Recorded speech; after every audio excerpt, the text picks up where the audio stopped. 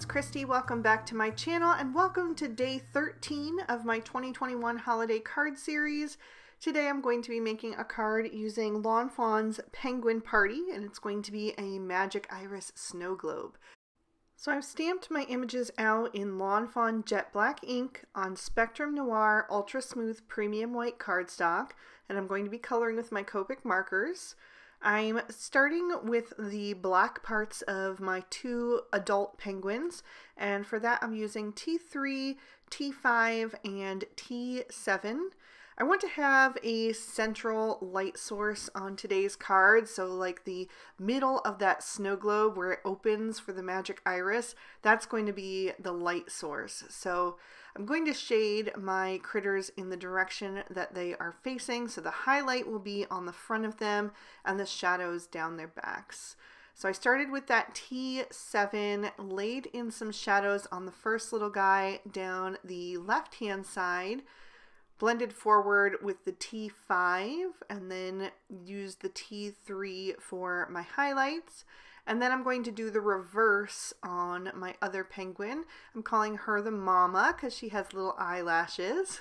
So I just started with that T7 once again and just flip-flopped the shadows and put them on the right side for her. Penguins are such a great option for cards that are more complicated, like interactive cards like I'm doing today. Cards that are going to take you some more time on the other elements. You can get the coloring done really quick with penguins because there's not a whole lot to them.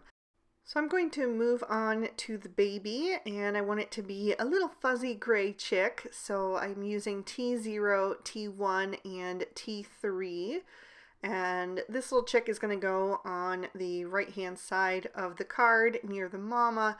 So I'm doing her shadows exactly the same and putting them down the right hand side with that T3, and then blending out with the T1 and filling in with the T0. There wasn't quite enough contrast on there for me, so I did go back and do a second layer of that T3 and the T1 to blend that out. And even just a little touch of the T0, although I didn't take it all the way onto the face. I left just the first layer there. And then for the faces and white parts of the adult penguins' bodies, I'm going to use just those lighter two shades. So I'm starting with that T1 and doing a little shadow, and then I'm going to blend that out with the T0, just kind of flicking towards the center. And I'll do that on both of them. So my third shade, the highlight, is actually going to be just the plain white cardstock, although I will take my colorless blender and just smooth over the edge of the T0 to help that fade. For their beaks and feet, I'm going to use YR04 and YR07.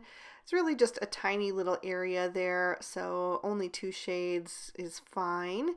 So I used the YR07 as the darkest and laid in a little bit of shadow on the underside of the beak and at the feet where they connect to the body, where the body would be casting a shadow, and then blended out everything with the YR04.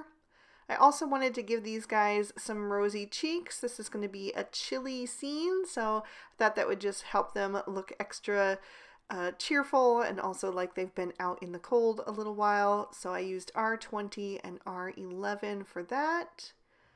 And then I'm going to color in the string of lights, and I'm going to do red and green, so I have a little bit of traditional Christmas colors on there. So I'm skipping every other bulb, and I'm going to color those with R22, R24, and R29. And then for the green bulbs, I'm going to use a kind of a blue-green because it's going to go with my color scheme. There's going to be a lot of blue on this card once we get to the background. So I chose G03, G09, and G28 for the darkest. So I'll just blend those out. And then for the igloo, I wanted to go with some darker blues. This is actually going to be a nighttime scene, so I'm going to have a very deep, dark sky, and the igloo, the ice that the igloo is made of, that would reflect some of that sky back. So I'm going with quite bold shades, at least for what I would normally choose. So I chose B00, B41, and B45. So I'm starting with the B45, and once again doing that central light source, so the bricks that are on the left get shaded on the left, the bricks that are on the right get shaded on the right, and the ones that are in the center will get shaded both sides. So I'm outlining all of those, including the ones that make up the entryway, and then I'm going to blend out that B45 with the B41 for my midtone. I'm still sticking pretty close to the edge of each of those blocks because I want to leave a lot of white space. I don't want this to look like a dark blue igloo. I want it to look like it's white and it's just reflecting that night sky. So leaving lots of white space is going to be key for that. So once I have everything blended out with that B41, I'm going to transition into that white space with that B00, and that color is like a barely there color. There's so much colorless blender in there that it doesn't show up that much at all, but it just bridges the gap between that B41 and the white cardstock, so there won't be a stark line. So once I'm done with the igloo, I'm also going to do the chimney made of ice bricks. So I'm doing the same thing. I did use a little bit more of those darker colors just because it's such a small space, and also because it's set back from the front, it wouldn't reflect as much light. And then for the door of the igloo, I decided to do a wood door just for a little bit of extra contrast. So I chose E23, E25, and E27. I'm outlining the edge of each of those boards just to give them extra contrast and make them really look like they are, separate planks that are put together to make up this door with that E27, and then blending out with the E25 and filling in with the E23. And then I'll use YR24 for the doorknob. And then I took my black Sakura Jelly Roll pen and just got that started off to the side. And then I went over the eyes of the penguins that are open. And then I'm going to trim these images out with their matching dies. For my background, I'm going to take a piece of Lawn Fawn Blue Jay cardstock and some Black Soot Distress Oxide ink. And I'm going to darken up the top two corners and the two sides. I'm not going to go all the way down because there's going to be a snowdrift covering up most of that at the bottom, but I just want to make sure that those corners are nice and dark and we get a deep contrast at the edges. Then I'm going to take one of the snowflake background stencils and I'm going to line that up where I want it on the panel. And I'm going to use some white pigment ink to just tap with a little finger dauber through that stencil. I didn't want to drag that black soot ink into the white, which is why I'm doing this little tapping. The best thing would be to let that black soot ink dry or heat set it, but it will warp your cardstock a little bit if you heat set it, and I didn't want any warping, so I did not do that. So that's why I'm doing this little tapping motion, trying to make sure that I get that entire stencil covered. It did lay down a bit too much ink this way, so like I said, I would recommend letting that black soot ink dry so you don't have to worry about that, and then just going over it like you normally would, and maybe even with a wider sponge dauber or a like a little blender brush. And there you can see I was checking to make sure it was coming through nicely, and then I'm going to line that stencil right back up and go ahead and continue. It did get a little messy because of that thick ink on this right hand side especially, but I'm going to end up covering most of this background in the end, so you're not going to see it. So I didn't worry about it too much, If I were going to have this all show, you know, like I said, I would definitely let that black soot ink dry so it wasn't such a concern. But I covered more than I needed to even in this background because I wasn't sure how much of it was going to show. And if you wanted even more snowflakes, you could definitely use the second step stencil. It's a 2-step stencil set, but I didn't want that because I wanted a lot of that sky to show through. So I only used one of them.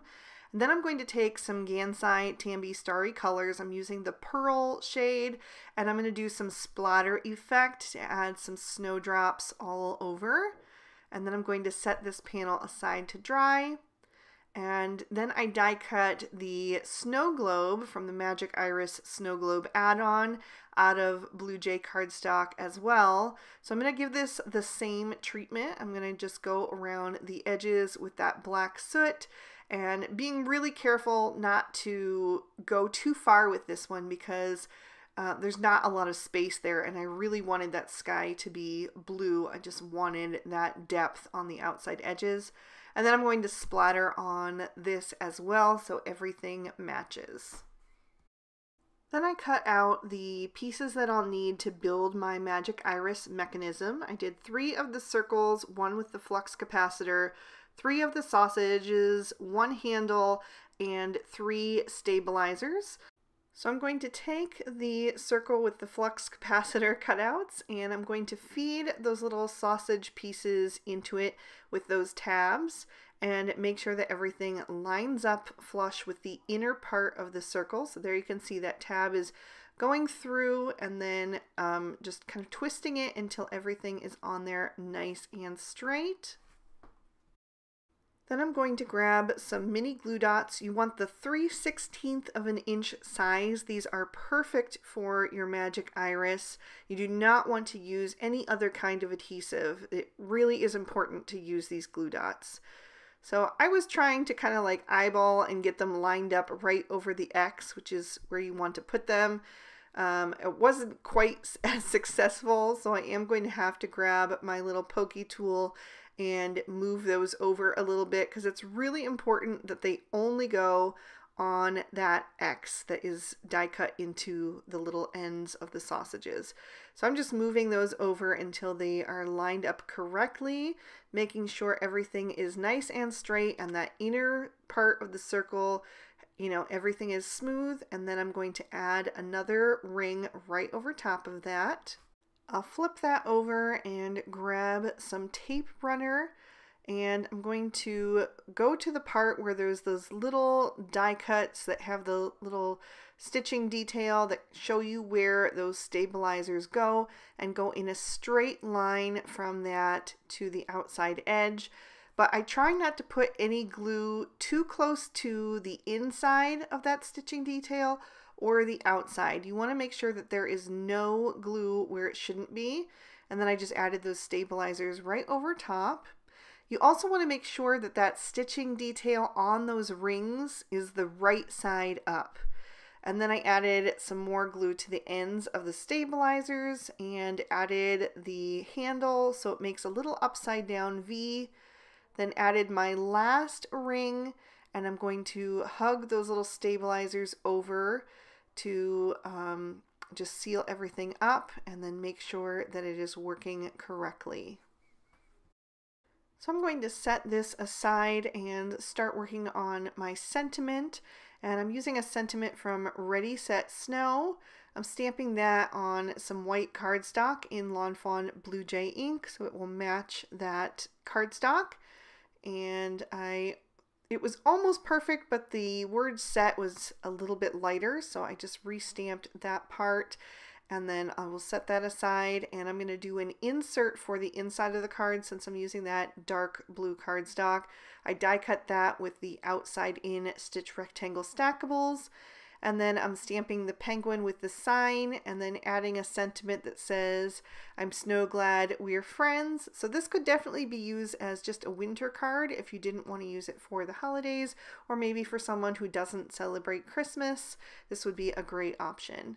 So I'm going to glue that insert to the inside of my card base, which I made from Lawn Fawn chili pepper cardstock.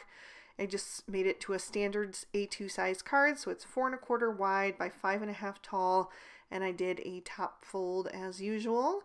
And then I'm going to glue that snowy background right over top. I also die cut 2 snowdrifts with the Stitch Hillside borders out of white cardstock. One I just did to fit this background panel, and the other one I actually die cut out of the Magic Iris snow globe, so it would fit inside that. And I just cut it down so that I could add it, you know, right over top of that snow globe. So I'm going to add that, and just making sure that it lines up with the bottom edges of that snow globe. And then I want to add a red base. So this is more chili pepper cardstock. I'm going to glue that right down over top of the bottom area. And then I've die cut 2 of these little border parts from some metallic silver cardstock from Lawn Fawn. I went back and forth about whether to do the silver or the gold, but I thought the silver went with the chilly feel of this card. It was just, you know, more cool toned, so I decided to do the silver. I will say pay attention to where you would hear these, because one is slightly longer. The longer one goes at the bottom, so just making sure that you put those in the right place. And then I die cut that little sentiment with its matching die, and so I'm going to glue that in the center of that red section. And then I can set this part aside, and I'll grab my card base and my Magic Iris mechanism. I want to line that up on the card so that I can adhere the snow globe to it straight. So I have it in the closed position, the way that your recipient would receive it. I've added glue to those stabilizers, and then I'm going to line up that snow globe and press that down into place. I also die cut those little shine marks out of white cardstock, so I'm going to pop them out and add them in to the holes. And this does not bother your Magic Iris at all, because the top layer of that mechanism doesn't shift. So everything is still working just fine. I will say it's a better idea to die cut the stabilizers out of the same colored cardstock. I did mine different so you could see it very clearly on the video, but you can see a little bit of the edges of those showing through, so I colored mine with a Copic marker so you wouldn't be able to see them. Then I added glue to the back of those stabilizers only, and also a little strip of foam tape at the bottom so that the base of that snow globe would be supported, but far away from where the mechanism was working. Then I cut the top part of the handle, the little decorative part, out of more of that silver metallic cardstock, and then I did the little arrow in the chili pepper. Then I'm going to open that up and add the rest of that snowdrift. I just die cut that completely before I cut the snow globe out, so it was a perfect fit. I'm going to glue that down to the inside, and then I'm going to add my igloo inside. And I forgot that I needed to add this before I glued that snow globe on, but thankfully that adhesive wasn't really set yet, so I was able to pull it up and slide that igloo down inside, and everything is still working. I always like to keep checking and making sure that, you know, nothing is getting hung up. Then I'm going to lay out my little penguins here. I want them to be on either side of the center of that Magic Iris. I'm being really careful not to add any glue to their inside flipper, where that kind of like hangs over just the tiniest bit into that space. And then I'm going to glue the string of lights so they are holding it between them.